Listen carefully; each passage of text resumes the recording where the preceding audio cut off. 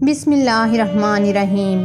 برسیسا کا عبرتناک انجام، حیا اور پاک دامنی کی سچی کہانی۔ شیطان کے مکر و فریب کے بارے میں حدیث پاک میں بہت ہی عجیب واقعہ آیا ہے۔ ابن عامر نے عبید بن یسار سے لے کر نبی صلی اللہ علیہ وآلہ وسلم تک اس واقعہ کی سند پہنچائی ہے۔ بنی اسرائیل میں برسیسا نامی ایک راہب تھا۔ اس وقت بنی اسرائیل میں اس جیسا کوئی عبادت گزار نہیں تھا۔ اس نے ایک عبادت خانہ بنایا ہوا تھا اور اسی میں دن رات عبادت میں مصروف رہتا تھا۔ اسے لوگوں سے کوئی غرض نہیں تھی، نہ تو وہ کسی کو ملتا تھا اور نہ ہی کسی کے پاس آتا جاتا تھا۔ شیطان نے اسے گمراہ کرنے کا ارادہ کر لیا۔ برسیسا اپنے کمرے سے باہر نکلتا ہی نہیں تھا۔ وہ ایسا ہی عبادت گزار تھا کہ اپنا وقت ہرگز ضائع نہیں کرتا تھا۔ شیطان نے دیکھا کہ جب کبھی دن میں وہ کچھ وقت کے لیے اٹھ جاتا ہے تو کبھی کبھی اپنی کھڑکی سے باہر جا کر دیکھ لیتا ہے۔ ادھر کوئی آبادی نہیں تھی۔ برسیسا کے عبادت خانے کے ارد گرد کھیت اور باغ تھے۔ جب شیطان نے دیکھا کہ وہ دن میں 1 یا 2 مرتبہ کھڑکی سے دیکھتا ہے تو اس مردود نے انسانی شکل میں آ کر کھڑکی کے سامنے نماز کی شکل و صورت بنا لی۔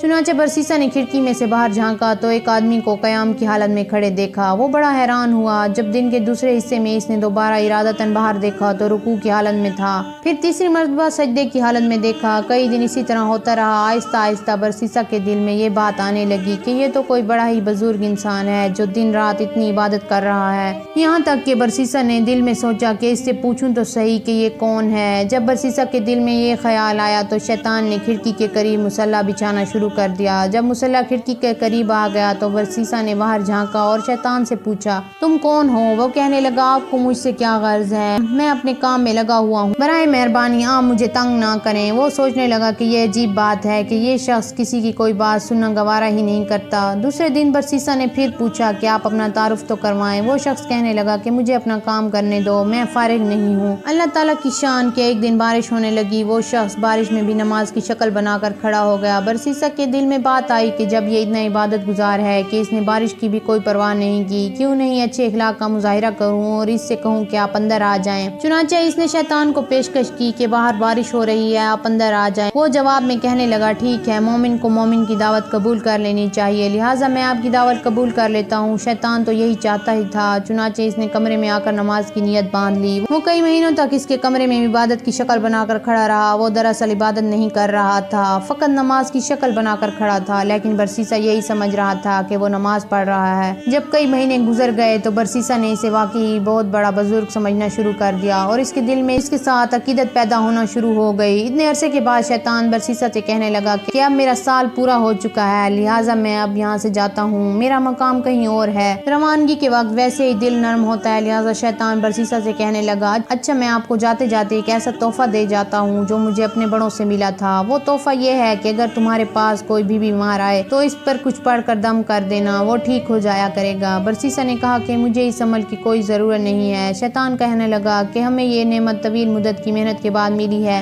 میں وہ نعمت تمہیں تحفے میں دے رہا ہوں اور تم انکار کر رہے ہو، تم تو بڑے نالائق انسان ہو۔ یہ سن کر برسیسا کہنے لگا، اچھا جی، مجھے بھی سکھا دیں۔ چنانچہ شیطان نے اسے ایک عمل سکھا دیا اور یہ کہتے ہوئے رخصت ہو گیا کہ اچھا پھر کبھی ملیں گے۔ شیطان وہاں سے سیدھا بادشاہ کے گھر گیا۔ بادشاہ کے 3 بیٹے اور 1 بیٹی تھی۔ شیطان نے جا کر اس کی بیٹی پر اثر ڈالا اور وہ مجنونہ سی بن گئی۔ وہ خوبصورت اور پڑھی لکھی لڑکی تھی، لیکن شیطان کے اثر سے اسے دورے پڑنا شروع ہو گئے۔ بادشاہ نے اس کے علاج کے لیے حکیم اور ڈاکٹر بلوائے۔ کئی دنوں تک وہ اس کا علاج کرتے رہے لیکن کوئی فائدہ نہ ہوا۔ جب کئی دنوں کے بعد علاج کے بعد بھی کچھ افاقہ نہ ہوا تو شیطان نے بادشاہ کے دل میں یہ بات ڈالی کہ بڑے حکیموں اور ڈاکٹروں سے علاج کروا لیا ہے، اب وہ کسی بزرگ سے بھی دم کروا کر دیکھ لیں۔ یہ خیال آتے ہی اس نے سوچا کہ ہاں، کسی عابد کو تلاش کرنا چاہیے۔ چنانچہ اس نے اپنے سرکاری بندے بھیجے تاکہ وہ پتہ کر کے آئیں کہ اس وقت سب سے زیادہ نیک بندہ کون ہے۔ سب نے کہا کہ اس وقت سب سے زیادہ نیک آدمی تو برسیسا ہے اور وہ تو کسی سے ملتا ہی نہیں ہے۔ بادشاہ نے کہا، اگر وہ کسی سے نہیں ملتا تو ان کے پاس جا کر میری طرف سے درخواست کرو کہ ہم آپ کے پاس آ جاتے ہیں۔ چنانچہ کچھ آدمی برسیسا کے پاس گئے۔ اس نے انہیں دیکھ کر کہا، کیوں مجھے تنگ کرنے آئے ہو؟ انہوں نے کہا کہ بادشاہ کی بیٹی بیمار ہے، حکیموں اور ڈاکٹروں سے بڑا علاج کروایا ہے لیکن کوئی فائدہ نہیں ہوا۔ بادشاہ چاہتے ہیں کہ آپ بے شک یہاں نہ آئیں تاکہ آپ کی عبادت میں خلل نہ آئے۔ ہم آپ کے پاس بچی کو لے کر آ جاتے ہیں، آپ یہیں اس بچی کو دم کر دینا، ہمیں امید ہے کہ آپ کے دم کرنے سے بچی ٹھیک ہو جائے گی۔ برسیسا کے دل میں خیال آیا کہ ہاں میں نے ایک دم سیکھا تھا، اس کو آزمانے کا یہ اچھا موقع ہے، چلو یہ تو پتہ چل جائے گا وہ دم ٹھیک ہے بھی یا نہیں۔ بادشاہ اپنی بیٹی کو لے کر برسیسا کے پاس آ گیا، اس نے جیسے ہی دم کیا وہ فوراً ٹھیک ہو گئی۔ مرض بھی شیطان نے لگایا تھا اور دم اسی نے بتایا تھا، لہٰذا دم کرتے ہی شیطان اس کو چھوڑ کر چلا گیا اور وہ بالکل ٹھیک ہو گئی۔ بادشاہ کو پکا یقین ہو گیا کہ میری بیٹی اسی دم سے ٹھیک ہوئی ہے۔ 1 ماہ کے بعد شیطان نے پھر اسی طرح بچی پر حملہ کیا اور وہ اسے پھر برسیسا کے پاس لے آئے۔ اس نے دم کیا تو وہ پھر اسے چھوڑ کر چلا گیا، حتیٰ کہ 2-4 مرتبہ کے بعد بادشاہ کو یقین ہو گیا کہ میری بیٹی کا علاج اس کے دم میں ہے۔ اب برسیسا کی بڑی شہرت ہوئی کہ اس کے دم سے بادشاہ کی بیٹی ٹھیک ہو جاتی ہے۔ کچھ عرصہ کے بعد اس بادشاہ کے ملک پر کسی نے حملہ کیا تو وہ اپنے شہزادوں کے ہمراہ دشمن کا مقابلہ کرنے کے لیے تیاری کرنے لگا۔ اب بادشاہ سوچ میں پڑ گیا کہ اگر جنگ میں جائیں تو بیٹی کو کس کے پاس چھوڑ کر جائیں گے۔ کسی نے مشورہ دیا کہ کسی وزیر کے پاس چھوڑ جائیں اور کسی نے کوئی اور مشورہ دیا۔ بادشاہ کہنے لگا کہ اگر اس کو دوبارہ بیماری لگ گئی تو پھر کیا بنے گا، برسیسا تو کسی کی بات بھی نہیں سنے گا۔ چنانچہ بادشاہ نے کہا کہ میں خود برسیسا کے پاس اپنی بیٹی چھوڑ جاتا ہوں۔ چنانچہ بادشاہ اپنے 3 بیٹوں اور بیٹی کو لے کر برسیسا کے پاس پہنچ گیا اور کہنے لگا کہ ہم جنگ پر جا رہے ہیں، زندگی اور موت کا پتہ نہیں ہے، مجھے اس وقت سب سے زیادہ اعتماد آپ پر ہی ہے اور میری بیٹی کا علاج بھی آپ ہی کے پاس ہے، لہٰذا میں چاہتا ہوں کہ یہ بچی آپ ہی کے پاس ٹھہر جائے۔ برسیسا کہنے لگا توبہ توبہ، میں یہ کام کیسے کر سکتا ہوں کہ یہ اکیلی میرے پاس ٹھہرے۔ بادشاہ نے کہا کہ نہیں، ایسی کوئی بات نہیں ہے، بس آپ اجازت دے دیں، میں اس کے رہنے کے لیے آپ کے عبادت خانے کے سامنے ایک گھر بنوا دیتا ہوں تو یہ اسی گھر میں ٹھہرے گی۔ برسیسا نے یہ سن کر کہا چلو ٹھیک ہے۔ جب اس نے اجازت دے دی تو بادشاہ نے اس کے عبادت خانے کے سامنے گھر بنوا دیا اور بچی کو وہاں چھوڑ کر جنگ پر روانہ ہو گیا۔ برسیسا کے دل میں بات آئی کہ میں اپنے لیے تو کھانا بناتا ہی ہوں، اگر بچی کا کھانا بھی میں ہی بنا دیا کروں تو اس میں کیا حرج ہے، کیونکہ وہ اکیلی ہے، پتہ نہیں اپنے لیے کھانا پکا بھی پائے گی یا نہیں۔ چنانچہ برسیسا کھانا بناتا اور خود کھا کر باقی آدھا کھانا اپنے عبادت خانے کے دروازے سے باہر رکھ دیتا اور اپنا دروازہ کھٹکھٹا دیتا۔ یہ اس لڑکی کے لیے اشارہ ہوتا تھا کہ اپنا کھانا اٹھا لو۔ اس طرح وہ لڑکی کھانا اٹھا کر لے جاتی اور کھا لیتی۔ کئی مہینوں تک یہی معمول رہا۔ اس کے بعد شیطان نے اس کے دل میں یہ بات ڈالی کہ دیکھو وہ لڑکی اکیلی رہتی ہے، تم کھانا پکا کر اپنے دروازے کے باہر رکھ دیتے ہو اور لڑکی کو کھانا اٹھانے کے لیے گلی میں نکلنا پڑتا ہے، اگر کبھی کسی مرد نے دیکھ لیا تو اس کی عزت خراب کر دے گا، اس لیے بہتر یہ ہے کہ کھانا بنا کر اس کے دروازے کے اندر رکھ دیا کرو تاکہ اس کو باہر نہ نکلنا پڑے۔ چنانچہ برسیسا نے کھانا بنا کر اس لڑکی کے گھر کے دروازے کے اندر رکھنا شروع کر دیا۔ وہ کھانا رکھ کر کنڈی کھٹکھٹا دیتا اور لڑکی کھانا اٹھا لیتی۔ یہی سلسلہ چلتا رہا۔ جب کچھ اور مہینے بھی اسی طرح گزر گئے تو شیطان نے اس کے دل میں ڈالا کہ تم خود تو عبادت میں لگے رہتے ہو، یہ لڑکی اکیلی ہے، ایسا نہ ہو کہ تنہائی کی وجہ سے اور زیادہ بیمار ہو جائے، اس لیے بہتر ہے کہ اس کو کچھ نصیحت کر دیا کرو تاکہ وہ بھی